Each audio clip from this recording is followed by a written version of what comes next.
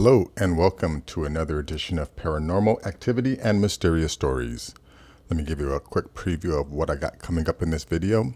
The first is a video from, I think this is a guy in Italy who films UFOs out of a window in the roof of his home. And, this is a pretty clear UFO.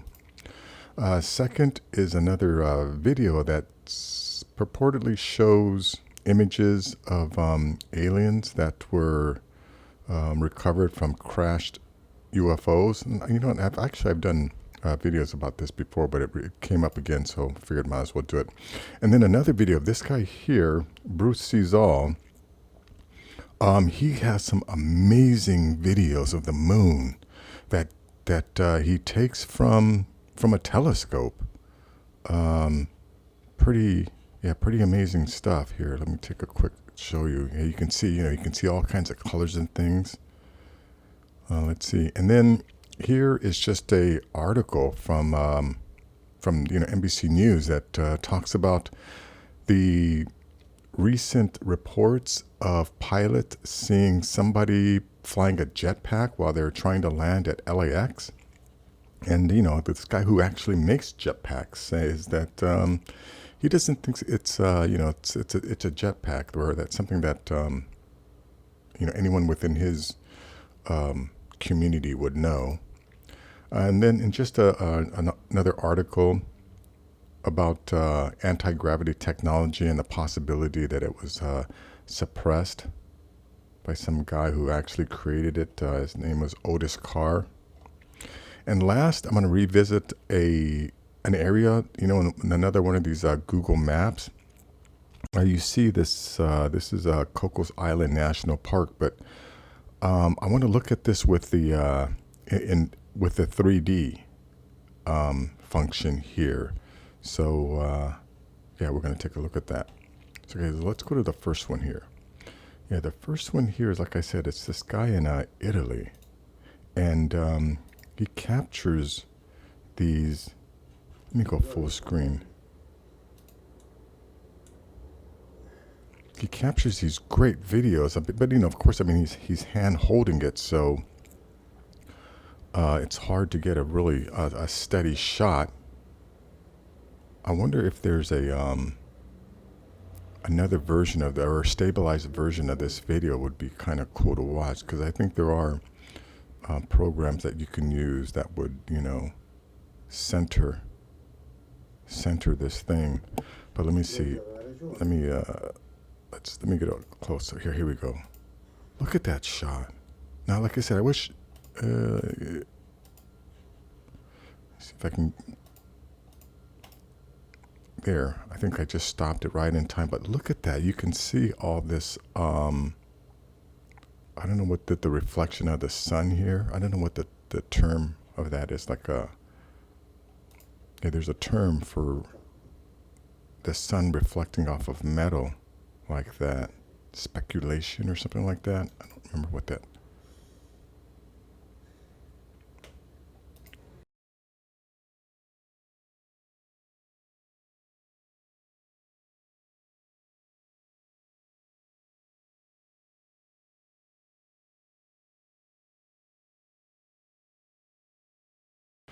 But anyways, let me get to the to this next video. Yeah, this one here now. Like I said, I've done a video on this image, and I think there were six aliens, or no, actually there were like maybe 12 actually aliens that, or whatever these things are, that were found in a crashed saucer.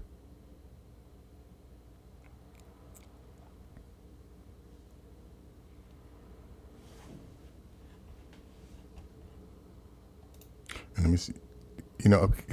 I'm jumping through this, also as a way to prevent copyright violation. But you can, of course, I'm going to leave a link in the description. So if you want to check this out, you can look at it yourself. But look at that. Let me stop that thing right there. Look at that face. And, you know, like I've been told, these creatures are most likely clones, some type of android, which are specifically designed to travel into space or to work in space. Because, if there are advanced or another advanced species on this planet and they basically look like us. Wow, look at this. And they basically look like us. They have our physical characteristics, the same physical bodies. They can't travel in space either. They're not designed to travel in space. Look at that, a whole crew of these guys. Let me stop that video right here. I think that's all we get, but of course I'm going to leave a link in the description so you can check it out. So let's go to this other one here. Yeah, so now this guy, this Bruce Sees All, he has these amazing... Here, let me let you hear what he says. So I'm documenting it now and marking the dates. If ever that moon comes back to being green, we'll be able to document when that happens, and we'll analyze all the differences and characteristics of the surface each moon phase in each month. Every chance I get to get up there to see what the color looks like for whatever the reason. Maybe taking the weather into consideration too. Yeah, definitely not an easy task, but we're going to have a lot of fun. Some of these...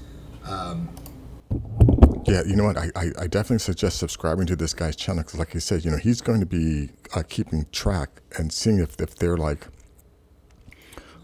seasonal changes, I guess, going on the moon.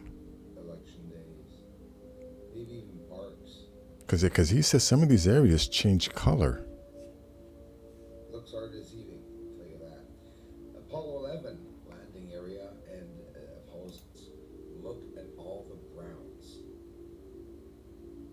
Yeah, look at those browns and the greens up here and the differences in colors. But anyways, I don't want to play too much of his video, but I will definitely leave a link in the description. Yeah, check out this video. These are the most amazing photos of the moon that I've seen. And you know what? He also says that he does sometimes catch objects moving across the moon's surface. And I think in this video here that I'm playing here, he does show what he thinks is something moving across the moon. But anyways, let's get to this other article here. Yeah, this jetpack maker isn't so sure that what's been spotted over the LA skies. Now, I don't know if people have heard, but twice now, and just recently, I think this was on October 15th, pilots have reported seeing someone wearing a jetpack or flying past their planes as they're trying to land at LAX. Now, what I just wanted to point out here in this article is here, yeah, this guy says there are only a handful of companies working on this type of technology, and none of us have heard about anyone doing something like this. The question is, he added, why the heck would you go fly around LAX? You need to have your head read. That's a catastrophic accident waiting to happen. Mayman's company, which was established in 2016, has produced 5 jetpacks, he said, noting that all of them are under lock and key. Only 2 people have those keys, Mayman and his chief engineer, and none of the packs have been sold, he said. For liability reasons, he said the company instead offers 2-day sessions where for $4,950, trainees can travel to the company's San Fernando Valley-based facility and learn to fly with the jetpacks. Mayman said it was extremely unlikely that the company's latest machines could reach the heights described by the airline crew and pilots while also safely descending. The August sighting was at 3,000 feet. Wednesday's was at 6,000 feet. It would take one of the company's turbine-powered jetpacks as long as 7 minutes to reach 6,000 feet, Mayman said. The company's latest model holds 12 gallons of fuel, or about 10 minutes worth. To climb and descend, it takes some time to do that, he said. To fly around and be seen by an airplane, that takes even more time. You'd just be out of fuel. Yeah, so what this guy is saying that at that height, there's, I guess, again, he makes jetpacks, and unless there is someone else out there who has surpassed his abilities and his design, then they're out there flying around again. And even if you did have the capabilities of making a jetpack, why would you fly around an airport? Unless, again, but if you're, I mean, I can understand if you're trying to find investors, but, if you're trying to find investors for, a new product that you want to put out, that's great publicity. But okay, if that's the case, who's doing it? Who's claiming that they've made a jetpack that can fly around at 6,000 feet? I don't think anyone's doing that. So anyways, okay, let's go to this other article here. Unwritten mystery: is advanced anti-gravity technology being suppressed? Who was the man sentenced to 14 years in prison for building anti-gravity flying saucers? What happened to this man, and is his story not a complete fabrication of the secret services? Anti-gravity technology has been known for decades to those who know where to look for the right information. All data is top secret and only selected ones can touch it. One of the pioneering researchers of anti-gravity, and the name we will discuss today, is Otis Carr. What do we know about the advanced anti-gravity technology and how it was suppressed by the government? So let me see. Let me just, it turns out from far as a conspiracy, why is it important? The advanced anti-gravity technology that was suppressed. Anti-gravity technology definitely falls into this category of inventions that could threaten the control of the elites. Many experts and people in top positions in military organizations and participants in secret programs have spoken on topics they have witnessed. Some of them are various directors of the space technology and defense companies, Lockheed Martin. One of them is Steve Justice. He openly spoke about technologies he has seen and worked with. According to him, they are generations ahead of those with whom we are familiar with today. Intensive work is also being done on UFO-like aircraft. According to Justice, they mimic the possibilities seen in unidentified flying phenomena through a system of motion that changes space-time. Otis Carr, one of the pioneers of anti-gravity technology.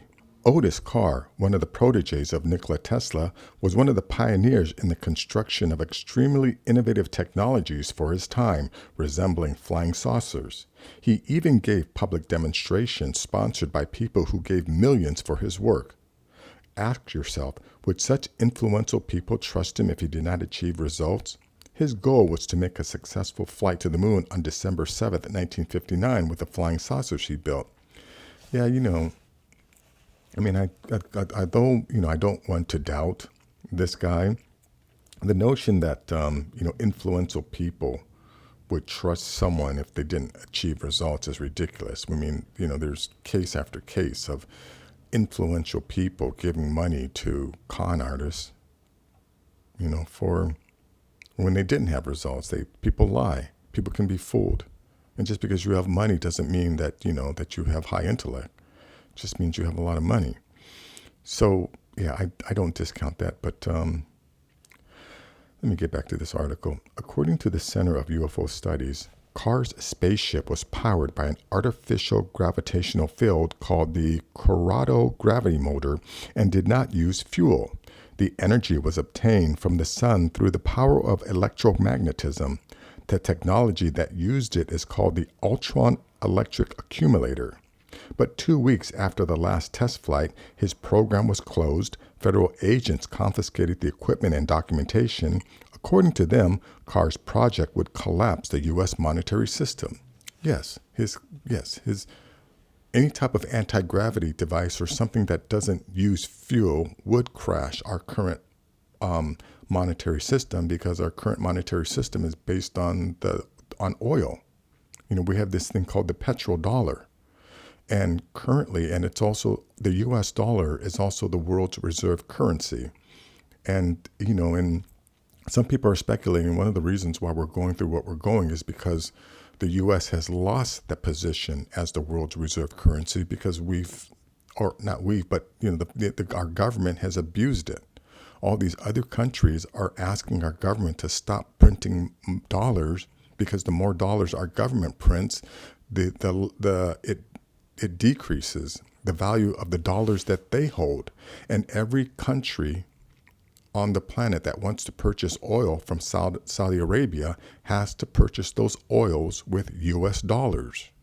And I don't know if people, you want to look at a meeting that Nixon had, or a deal that Nixon made with the Saudis, where they agreed, that we would give them military protection as long as they forced everyone else on the planet to purchase their oil for US dollars.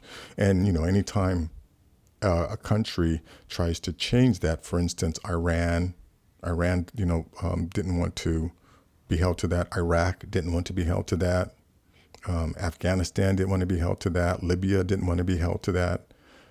Bolivia and Argentina, they didn't want to be held to those. Actually, those last two I'm not too sure about. But yeah, any country that doesn't want to become a part of the international monetary system and, buy oil or sell oil for U.S. dollars, the U.S. military invades. But that's another whole story. So anyways, let me get to this, the last one here. Yeah, now, like I said, I've done a video on this. This is Coco's Ridge. Let me back out here. So, actually, let me go to the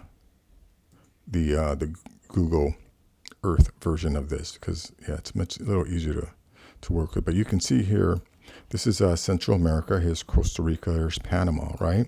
And if we come in right off the coast here of Costa Rica west, you see this, this obvious, these obvious shapes, these lines.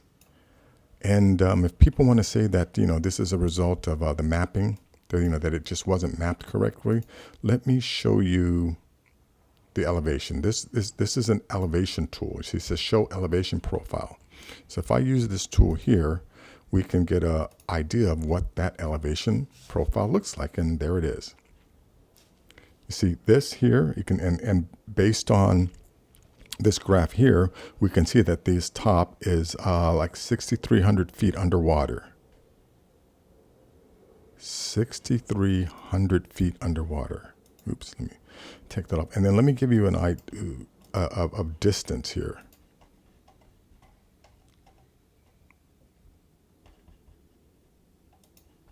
So we get a size of or an idea of the sizes that we're dealing with.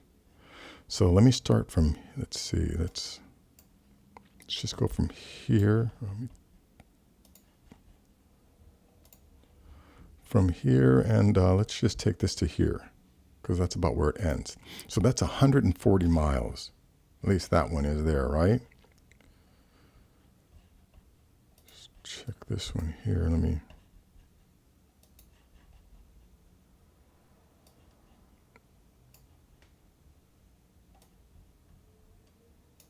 This is, that's 48 miles.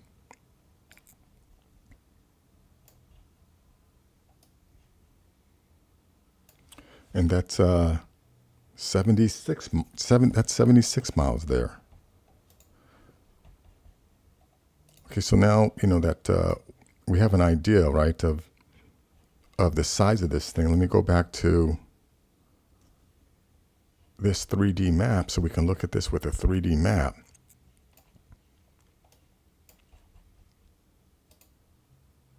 Okay, yeah, so that's okay. That's a 2D version. So let me go to the 3D version, and we can really look at this area. But look how this area is raised up.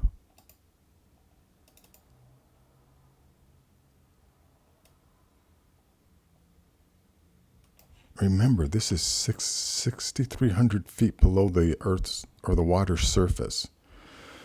So, I mean, was there a time then, when this was above water? I mean, is that possible? If not, what would be the purpose of building something like this? Because, like I said, again, the notion that this is natural,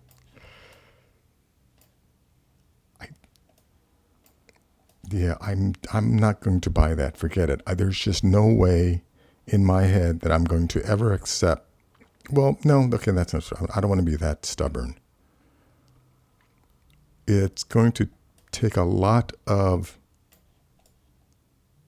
valid information to convince me that this is anything, or that this isn't something that's natural.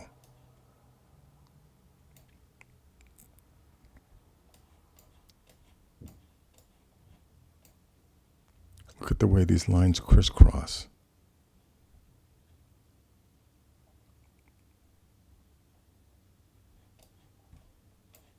And another interesting thing, look at all these lines, they all seem to go into this point right here. Wow, what's going on over here? Let me see if I can see that on Google Earth. Let's see, where was that? Oh, here we go, right here.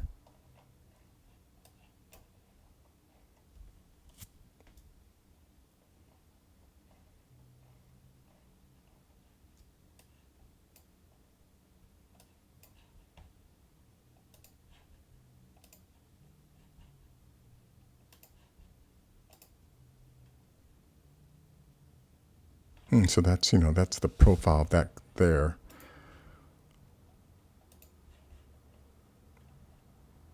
But anyways, that's going to be it for this video. Definitely, there's so much that we aren't being told. There's a lot of this planet. Yeah, I'm starting to come to the realization that basically everything that we've been taught, about Earth's history, about our progression, and and the timeline of human civilization is all wrong. Now, I don't necessarily believe that everything I was taught, or the people that taught me these things, knew they were lying to me, but they were wrong, right? A lot of what we were taught is wrong. And again, like I have said in my other videos, I like to think I'm a reasonable person. Okay, I have a set of beliefs, but if I'm presented with reasonable, verifiable facts that can't be denied, that changes what I believed, like I said, I as a reasonable man will change what I believe. And like I remember looking at this photo, or photos like, or other images like this, and I have to sit and stare.